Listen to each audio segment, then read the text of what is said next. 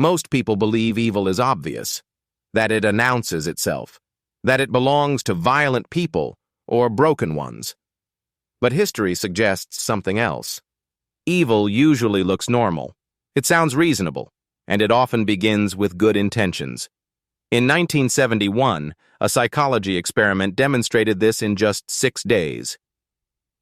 When people imagine committing harm, they imagine anger, hatred, loss of control. But most harm doesn't come from emotion. It comes from justification. The real question isn't whether you're capable of evil, it's what conditions would make you believe it was acceptable. Philip Zimbardo was a psychologist at Stanford University. He wanted to study how people behave when placed into positions of power and submission. So he recruited ordinary college students.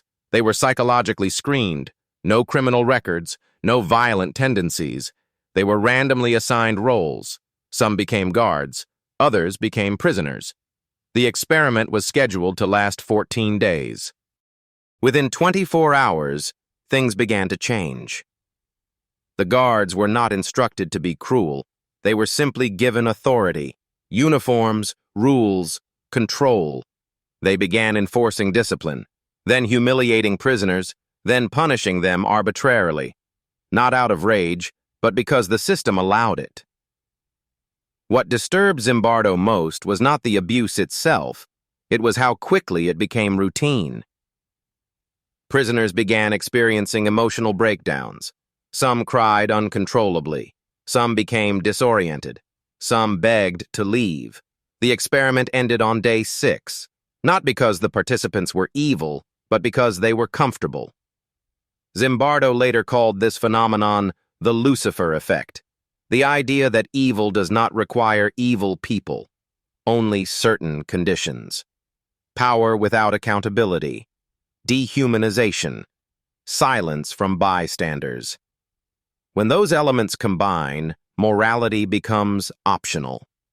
Psychologists call this de-individuation. When people stop seeing themselves as individuals and start seeing themselves as roles. Guards weren't acting as themselves, they were acting as guards. Responsibility dissolved, conscience diffused. Actions felt justified because they belonged to the system. This isn't rare. It's human.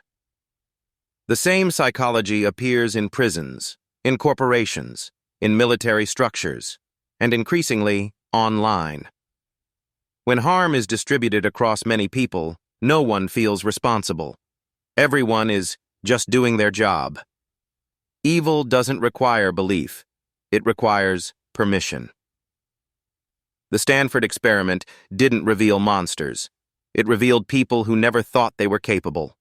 That's what makes it dangerous. Because the most common reaction isn't violence.